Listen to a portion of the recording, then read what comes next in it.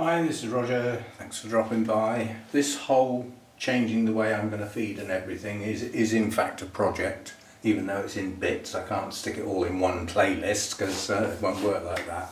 There's snippets in many videos, but I did say that I would follow it up, and this is the first time using the new feed. The thing I'm going to deal with, this is supposed to be a Ziploc, therefore you shouldn't be able to push air out, should you, when it's done up, and I can. So from my point of view it's not airtight. It's pretty good, and as long as I squeeze all the air out and do it up while it's full like this, I don't think there's any serious moisture going to get in there. But I will decant that into an airtight container when I can find one, because I haven't got one at the moment. I could, given that I won't be using the MSU very often, I could dump the MSU that's in there, or put it somewhere else, and start using this little container, which is what I've been using for years. And I decant a bit at a time, and then if it deteriorates, I top it up rather than use it out of the main tub. That's my theory anyway. But I'll sort something out, but this does need to go in a proper airtight container. Now what I've done is one of these does my mounts in the sprayer and some other stuff. Usually I spray the top of the holy clay pots on the top shelf and possibly my Renantheras, but I use it up basically. So what I've done this time is I've added another half, so it's quite a bit more than usual. And I've used the new MSU fertilizer, which has got trace elements. I looked it up and somebody else looked it up for me. So we're looking at 12 nitrogen, 1P, 1K, calcium at 10 and magnesium at 3, and all the trace elements. So that's what's in there. Now I've mixed this up at 120 parts per million. It's actually 110 in reality, because my RO water starts at 9 or 10.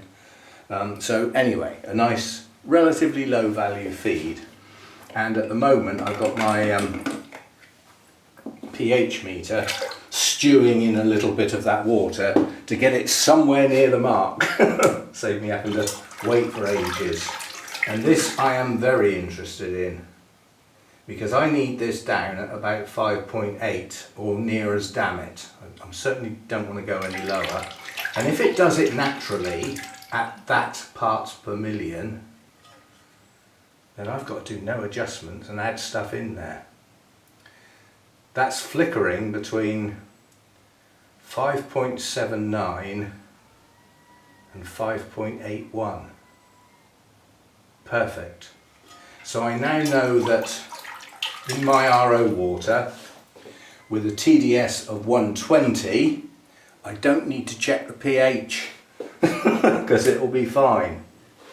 I'll just leave that out because I keep forgetting to rinse it if I don't leave it out. Well, it's because I'm filming.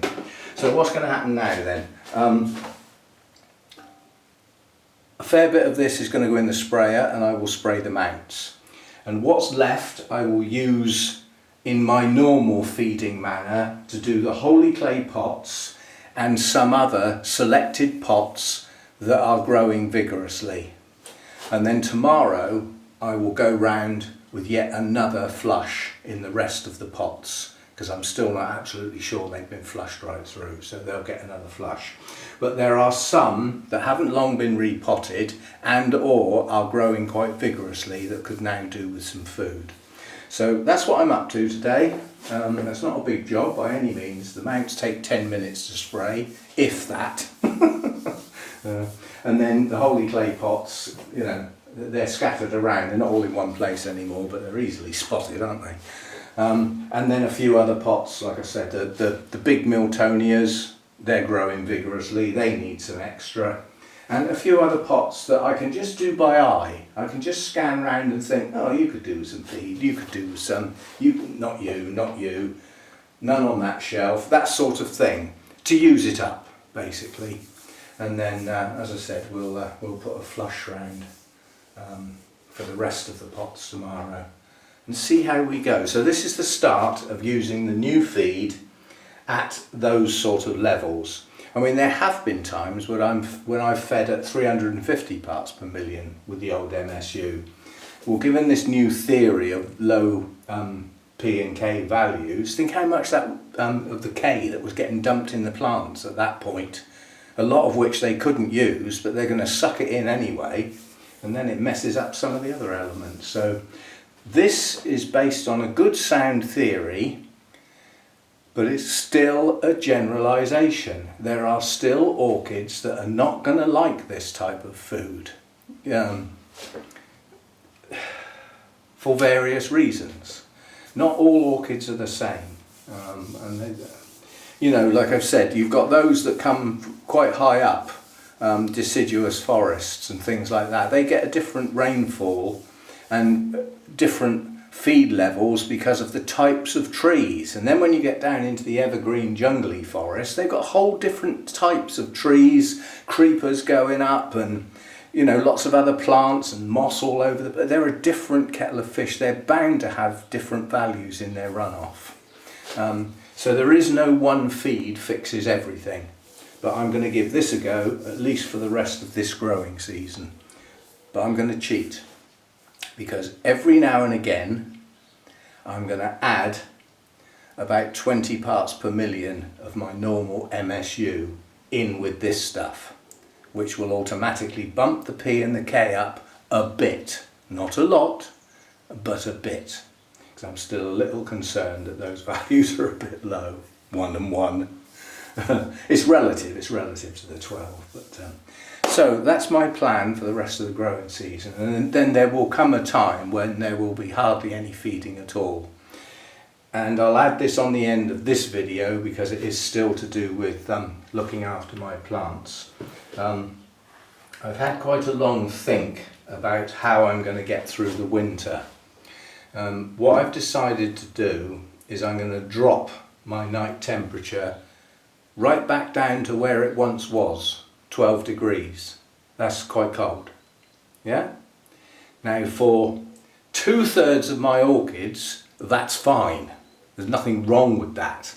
And it will allow me to, if necessary, use the heater to give myself a 2 or 3 degree differential during the day, which is required. But nonetheless, using far less heat and therefore far less energy. There are going to be some of my orchids that are not going to like that, and they're going to shut down. They're not going to die, they're going to shut down. So they'll stop growing. And there will be some that don't like it at all and might actually fail. But they're going to be thin on the ground, and they might already be weak going into the winter anyway, and that's just the final nail in the coffin. I'm prepared to live with that, quite honestly, because these energy costs are starting to frighten me. What else? This business of trying to extend the season with the grow lights, somebody came up with, quite honestly, a much better idea. Let's forget this season, because I did say I'd give it a year, didn't I? And go through all 4 seasons in the new grow room to see what happens. Well, let's finish this season and let it go. Let it ride. So no additional lighting, that level of heating for the winter. And then what we can do, because it's my long cane dendrobiums that I'm particularly worried about, and I am going to keep them. You know, I could just say, well, we won't grow those anymore then, but I like them, so we will. But what this person's idea was, why don't you forget the lights in the autumn into the winter, extending the day length, and just start the season early next year and force the new day length on them earlier in the year. Now, to go with that, they will have to have an increase in heat. Otherwise it won't work. It's a combination of the two that does the job. Yeah, the longer day lengths, yeah, which naturally incurs temperature rises during the day.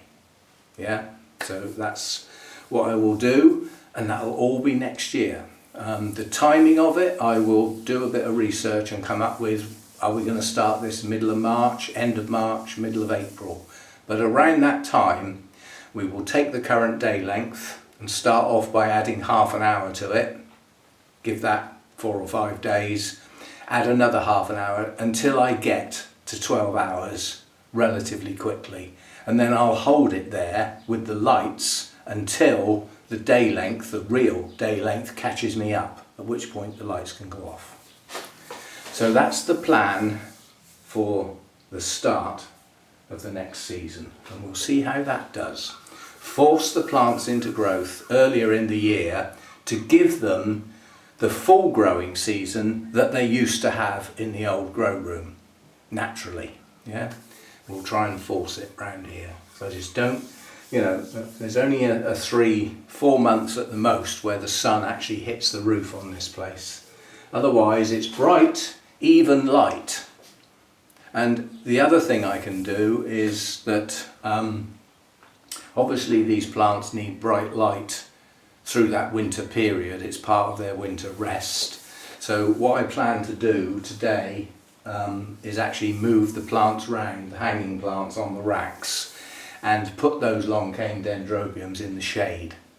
I'm going to trick them into thinking that's their summer light, so that I can then put them in the brightest part for the winter, therefore increasing their light level. So I'm going to trick them.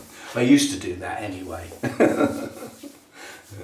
So those are plans. As I say, I'm not going to film spraying them out, you've seen all that before. So that's what I'm up to. Those are the general plans. They're subject to change, as always. If you go back to my first year of videos and have a look at how I used to feed and what I used to do, it's totally different what I did then. But the idea is to get your plants doing the best they can in your environment. This may help. It might make things worse, but if I don't try it, I'll never know. And I've already got a couple of people that have tried it and started a few years ago, and they've said it does work. They're now getting larger bulbs. I mean, probably everybody's seen it. You buy an Oncidium into generic. It's got a couple of big fat bulbs and some blooms on. Pretty blooms, must have. You know, and you bring it home, and then the blooms fade. You cut the spikes off, and a little while later you think, oh, nice new growth, brilliant. It never grows as big as the ones you got before. And sometimes it's only half the size. And then the next time it blooms, there's only half the number of blooms and the spike's not as long. Yeah? And then it follows up with similar things until eventually you get used to that. And you think, well, that's how it is. In my environment, that's the best I can do. Well, is it? Is it? Can we get those bulbs and those canes pumped back up to how the growers did it, you know, in the mass production thing? I mean, they got their own special feeds and hormones and all sorts. They're ahead of us, but perhaps we can get closer to them and start getting our bulbs and canes the same sort of size as the ones that were there when we bought the flipping thing, that were forced. You know, perhaps we can get somewhere near it and start getting back to Oncidium type sticking 2 spikes out instead of just 1 that they did when you first bought it. Try and push the things back into that environment where they perform better, which means they must be happier. Okay, see you next time. Thanks for dropping by.